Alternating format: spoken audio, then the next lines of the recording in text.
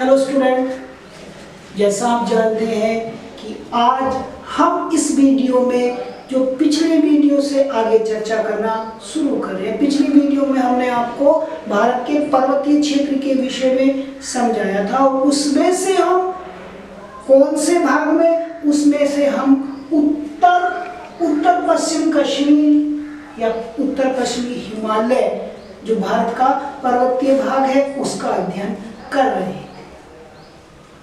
ठीक, मैंने आपको पिछली वीडियो में बताया था, उससे आगे हम लोग कर रहे थे।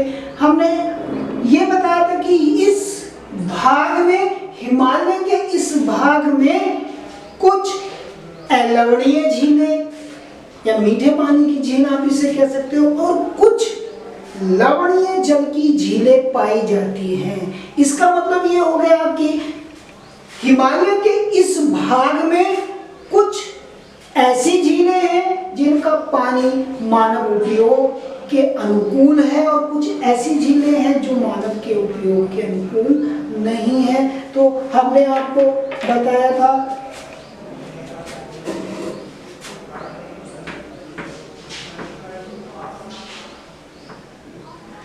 लवणीय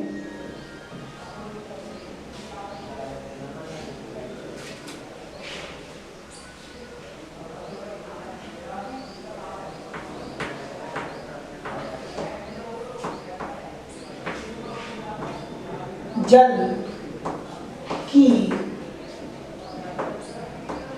झील, लवण से मतलब आप समझते हैं बेटा, क्योंकि जिसका जल उपयोग किया जाए पीने के रूप में हम लोग कर सकते हैं, या आप ऐसे कहिए कि मीठे पानी की झील। तो आपको बताया था हमने कौन सी, बुलर झील, इसका नाम सुनते ही, और डल झील। ठीक, ये वो झीलें हैं जिनका जल मीठा है या लवणीय है। अब कुछ झील ऐसी भी इस क्षेत्र में पाई जाती हैं जिनका जल कैसा है, लवणीय है।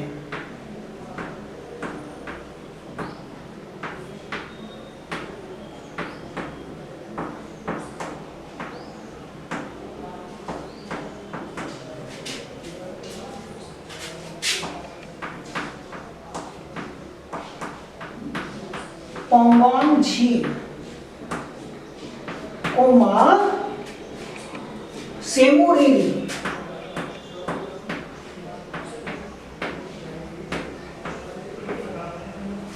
सेमू रेली झील, ये दोनों कैसी झील है, ये दोनों लवणीय झील है। और आजकल आप देख रहे हो कि भारत और चीन के बीच इस झील के ऊपर लेकर कुछ विवाद चल रहा है।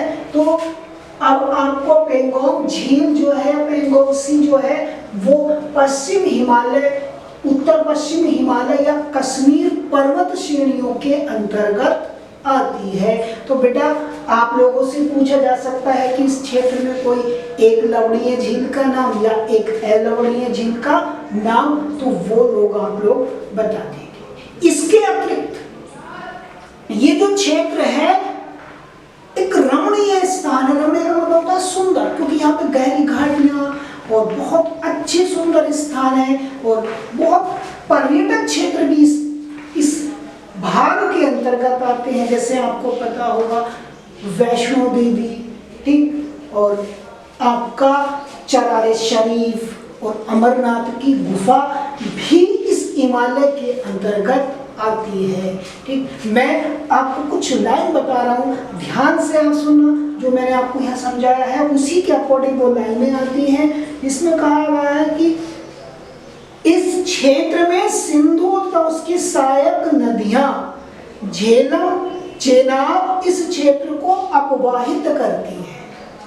ठीक, तो रमणीय स्थानों के साथ साथ, झीलों के साथ साथ यहाँ पर कुछ नदियां भी प्रवाहित होती हैं। तो आप सोच रहे होंगे कौन कौन सी नदियां, यहाँ की प्रमुख नदियां इस क्षेत्र की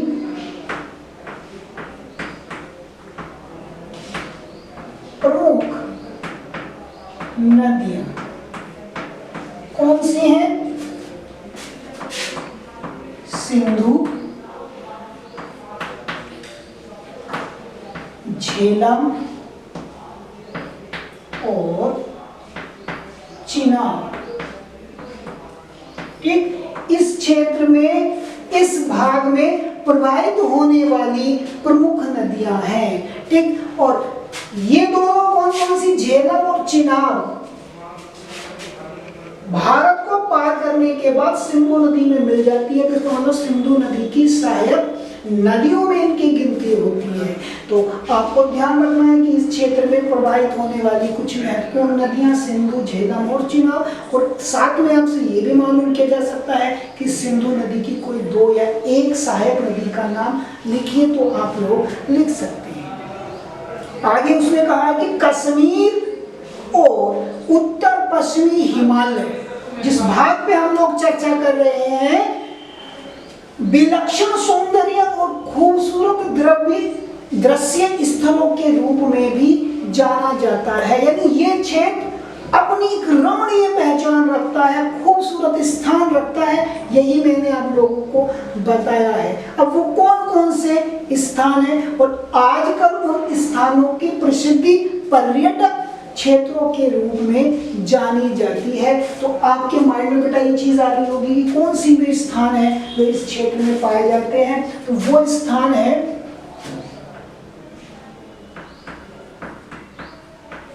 पवित्र स्थान, या आप कह सकते हैं पर्यटक स्थल। ठीक, वैष्णो देवी, अमरनाथ की गुफा और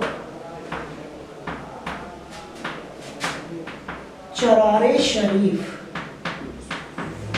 की दरगाह भी इस क्षेत्र में स्थित है। तो ये क्षेत्र नदियों के द्वारा, झीलों के द्वारा तो महत्वपूर्ण है ही, और साथ साथ में कुछ पर्यटक या आपके पवित्र या आपके सांस्कृतिक या धार्मिक स्थल भी यहाँ पर आप मान सकते हैं पाए जाते हैं। कौन कौन से? वैष्णो देवी, अमरनाथ की गुफा। अमरनाथ की गुफा के विषय में बेटा आप जानते हैं, क्योंकि इस गुफा में स्वतः ही बर्फ से एक शिवलिंग की आकृति का निर्धारण होता है, आकृति बनती है, इसलिए इसको अमरनाथ की गुफा के नाम से जाना जाता है। और चरारे शरीफ, यहाँ पर एक महत्वपूर्ण क्या है? दरगाह है। तो ये पर्यटक स्थल भी इस क्षेत्र में पाए जाते हैं। आगे उसने कहा कि जम्मू और कश्मीर की राजधानी, जम्मू और कश्मीर की राजधानी आप जानते हैं श्रीनगर। ठीक, श्रीनगर एक झील के किनारे स्थित है। ठीक, और वो है डल झील की। श्रीनगर किसकी राजधानी है? जम्मू और कश्मीर की राजधानी है, और ये डल झील के किनारे स्थित है। ठीक, और अब आप सोच रहे हो कि बेटा जो डल झील है उसका निर्माण कौन करता है? ठीक, तो वो करती है आपकी झेलम नदी। झेलम नदी इंपॉर्टेंट चीज आप याद रखेंगे। श्रीनगर किस झील के किनारे स्थित है? डल झील के। और डल झील का निर्माण क्या करती है? झेलम नदी करती है। ठीक, झेलम नदी ठीक इस क्षेत्र में, किस क्षेत्र में? कश्मीर एवं उत्तर पश्चिमी हिमालय की एक महत्वपूर्ण नदी है, जो सिंधु नदी की सहायक नदी के रूप में जानी जाती है। ये तो आप जानते ही हैं, लेकिन बेटा अपनी एक विशेष पहचान रखती है। झेलम नदी इस क्षेत्र में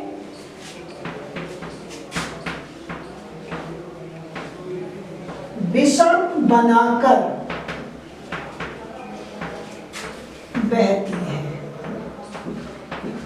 ये इस झेलम नदी की विशेषता है कि यहाँ कहाँ, इस वाले भाग में ये नदी, कौन सी नदी? झेलम नदी विसर्ग बनाकर बहती है, विसर्ग में बहती है, तो विसर्ग आप